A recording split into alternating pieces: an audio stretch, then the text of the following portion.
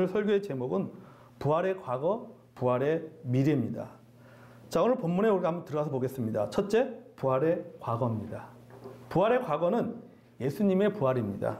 본문 20절에서 28절에서 이야기를 하고 있습니다. 자, 여러분 우리가 본문의 말씀 보면 알겠지만은 예수님은 우리의 죄를 대신해서 죽으셨습니다.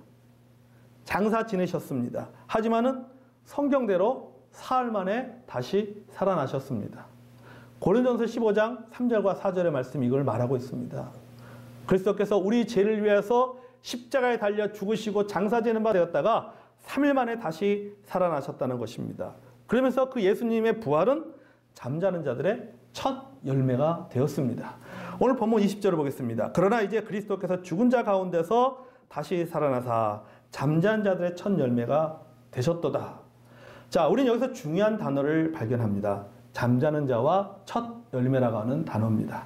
성경은 죽은 자를 잠자는 자라고 이야기하고 있습니다. 여러분 그렇습니다.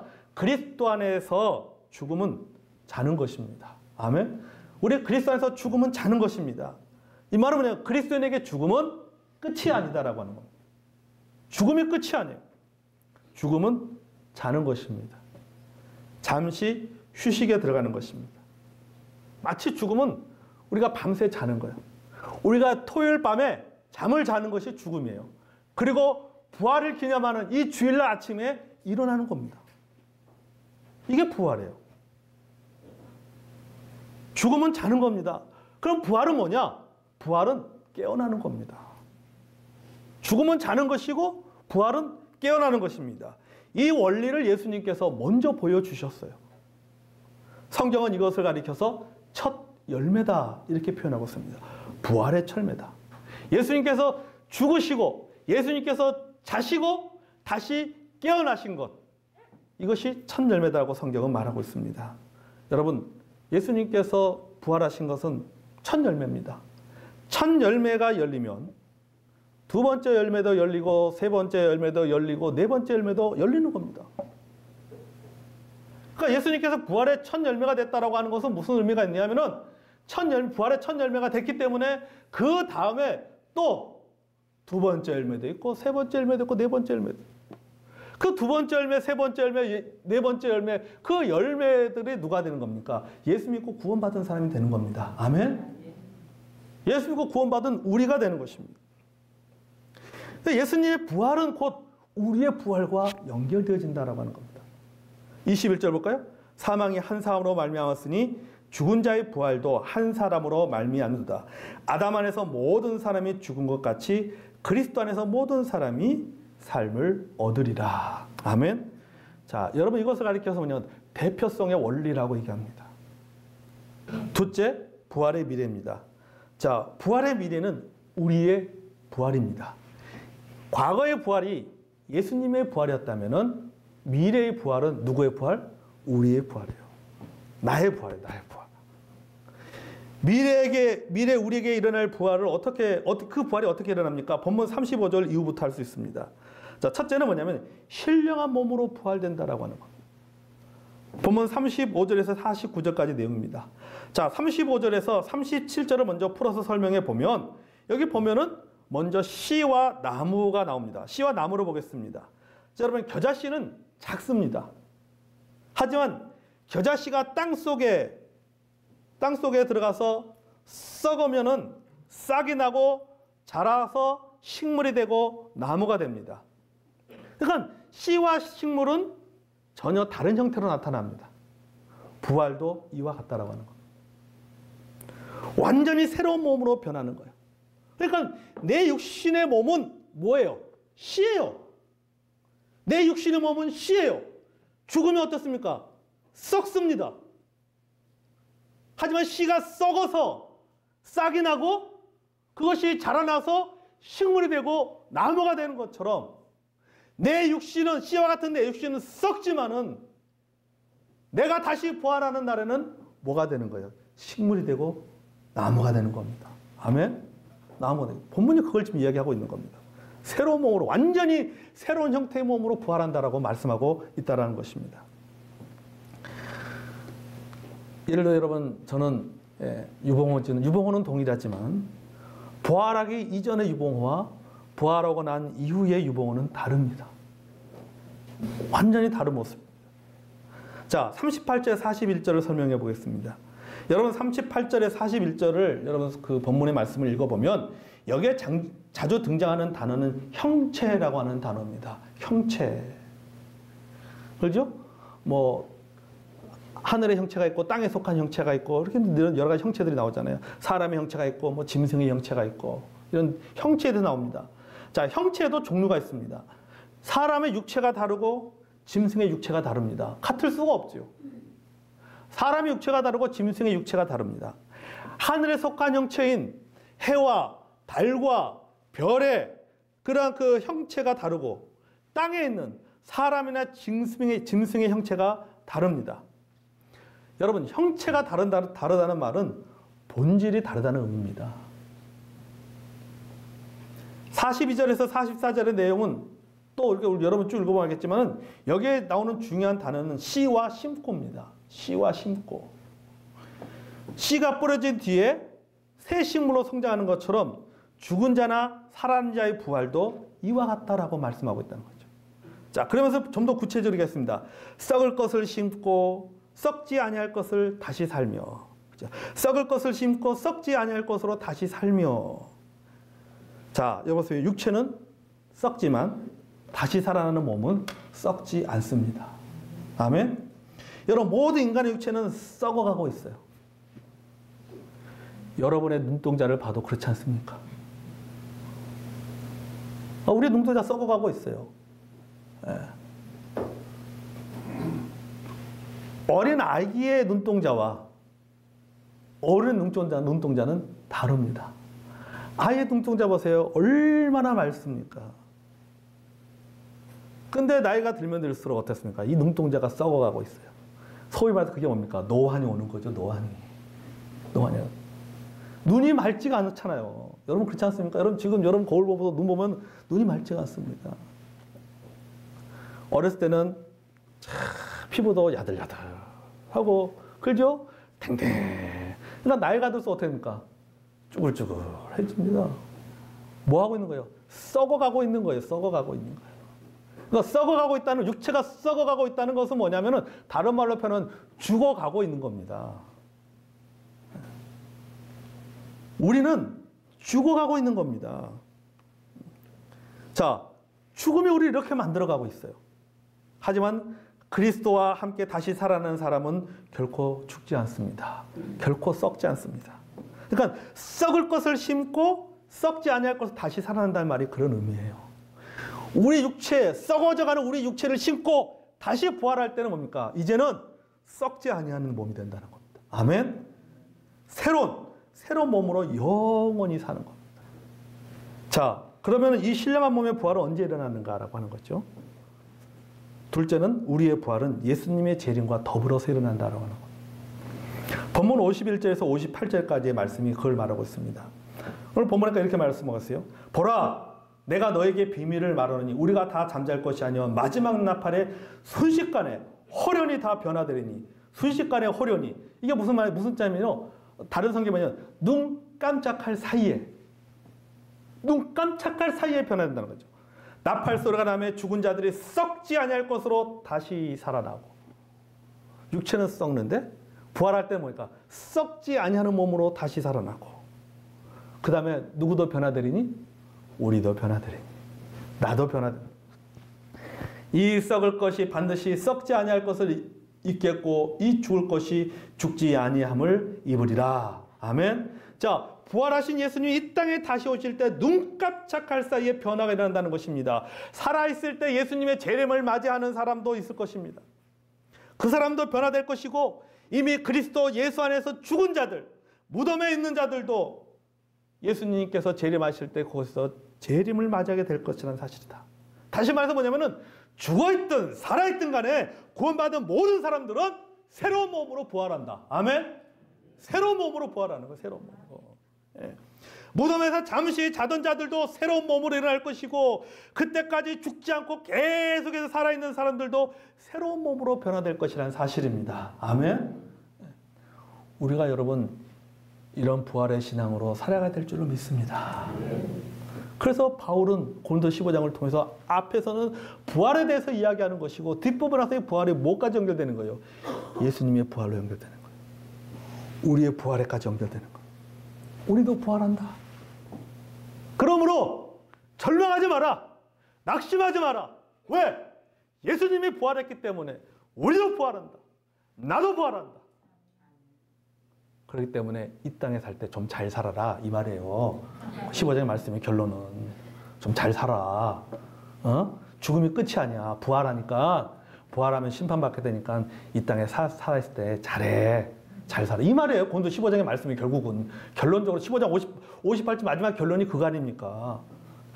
너희들의 주에 더욱 힘쓰는 자들이 되라. 이는 너희 수고가 주 안에서 뭐예요? 헛되지 않은 줄 알미니라 말씀하고 있잖아요. 헛되지 않으니까 잘 살아. 이 말이에요.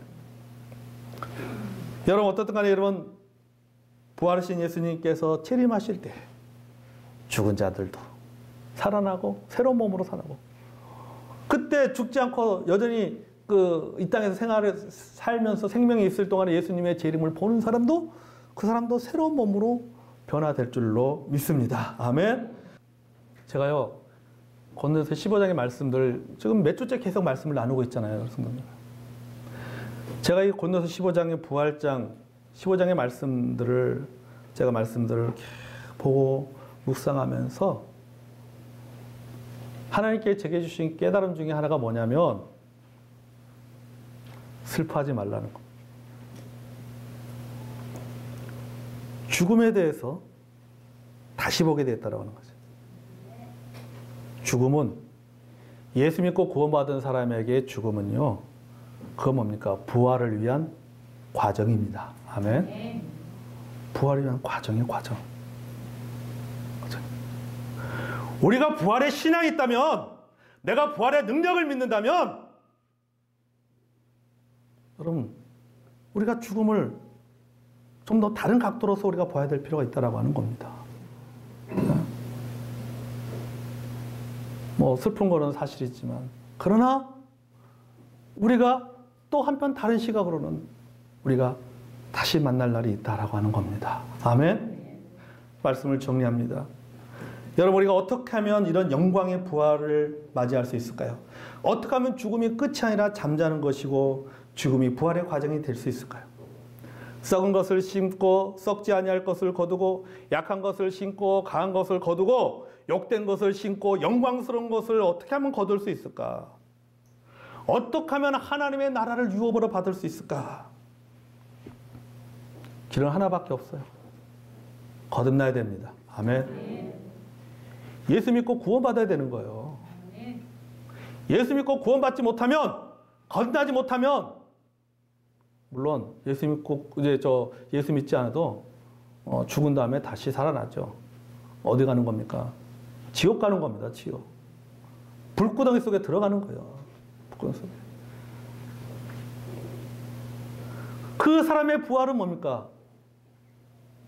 차라리 어떻게 보면은 부활하지 않는 것이 나을 수도 있죠. 예수 믿지 않는 사람에게는 부활하지 않는 것이 나아요.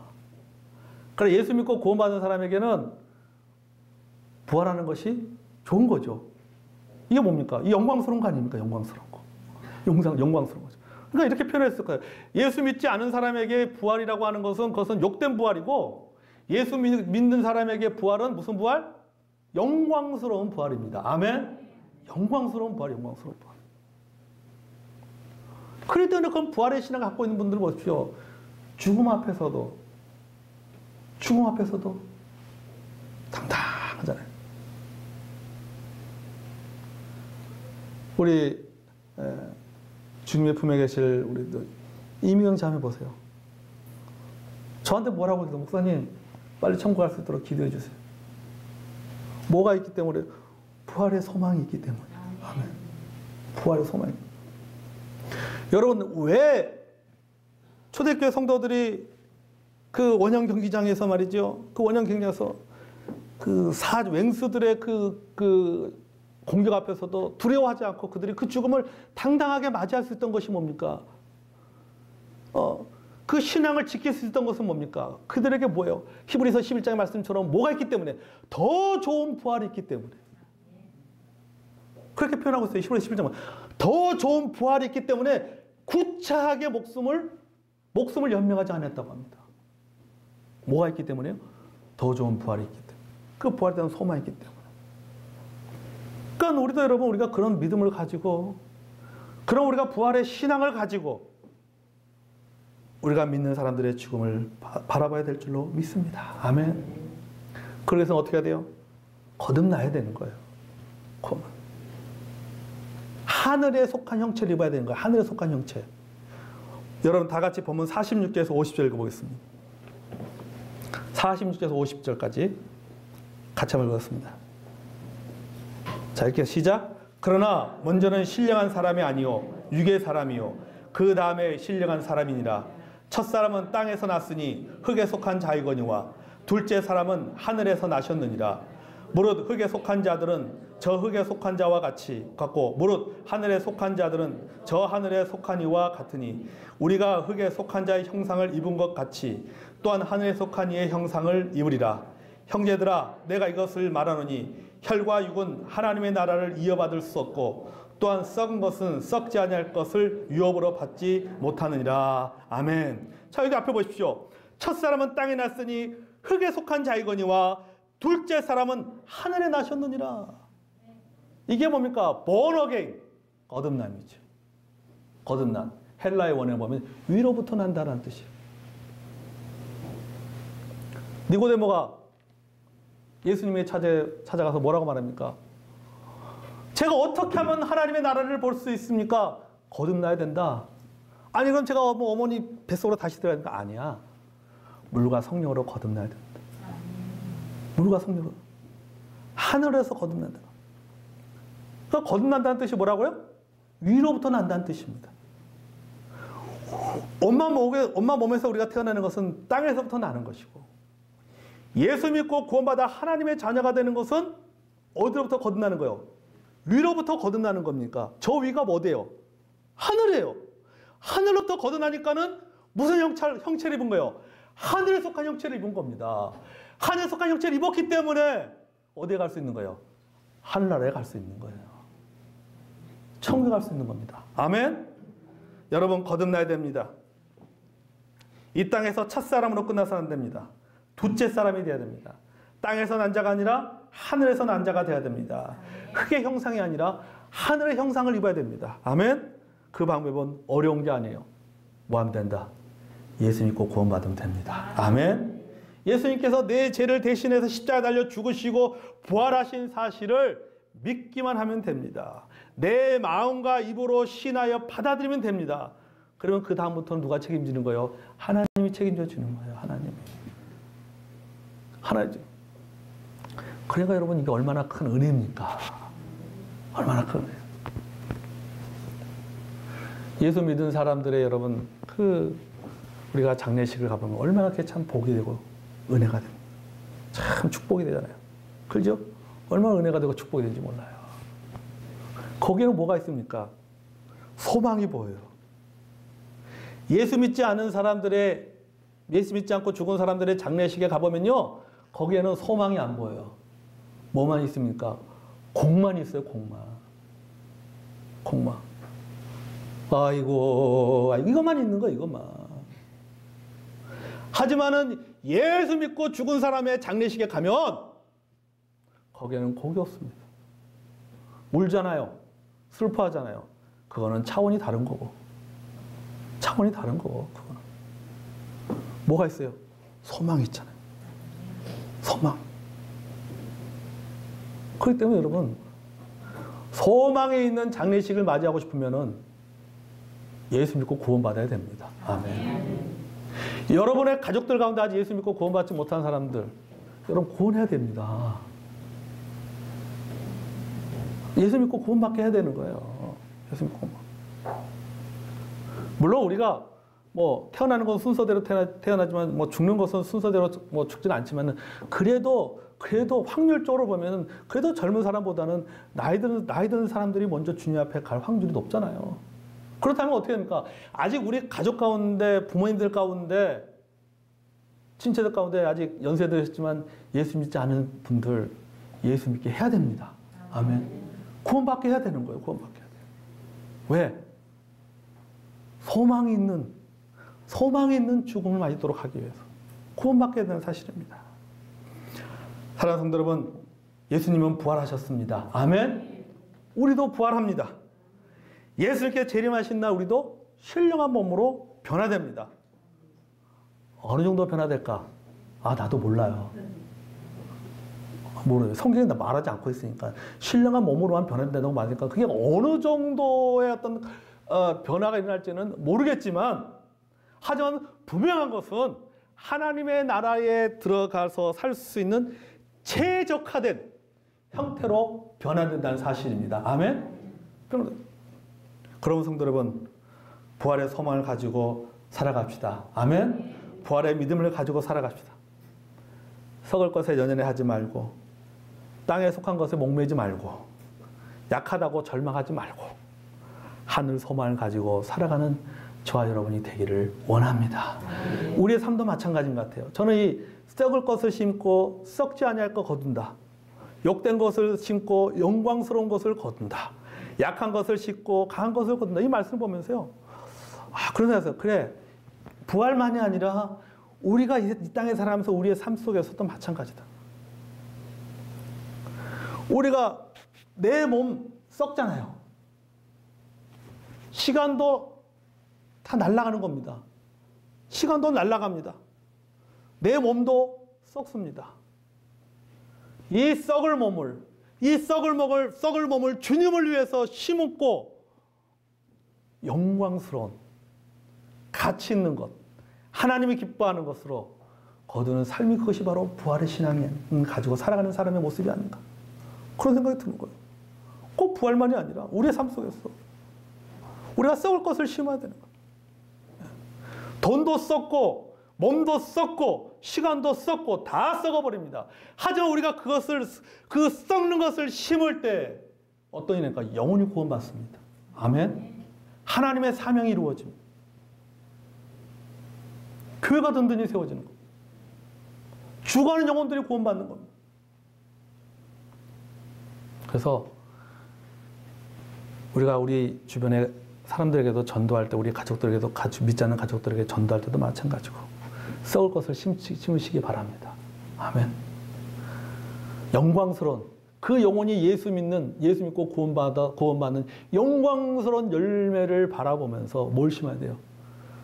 썩을 돈도 심고, 썩을 시간도 심고, 썩을 몸도 심고, 뭐 하기 위해서? 그 영혼이 영광스러운 구원이라고 하는 영광을 얻을 수 있도록 하기 위해서. 아멘. 그렇게 심는 저와 여러분이 되기를 원합니다. 하늘 소망을 가지고 살아갑시다. 부활의 신을 가지고 살아갑시다. 계속해서 목사님 무슨 지금 몇 주째 부활에 대해서 말씀한다라고 여러분 생각할지 모르겠지만은 너무 중요해요. 우리 기독교 신앙의 핵심이 뭡니까? 부활 빼면은, 여러분 우리 기독교 신앙에서 부활 빼면요, 불교하고 다를 게 뭐가 있습니까? 다른 종교하고 다를 게 뭐가 있어요? 우리 기독교 신앙의 핵심의 근거는 뭡니까? 부활이에요. 그래서 한 번쯤은 이 부활에 대해서 한번 깊게 좀 공부를 해야 될 필요가 있겠다. 나눌 필요가 있겠다. 여러분 모르겠지만 저는 이 15장의 말씀들을 매주마다 묵상하면서 참 많은 은혜를 받습니다. 이 부활이 이게 얼마나 놀라운 거죠.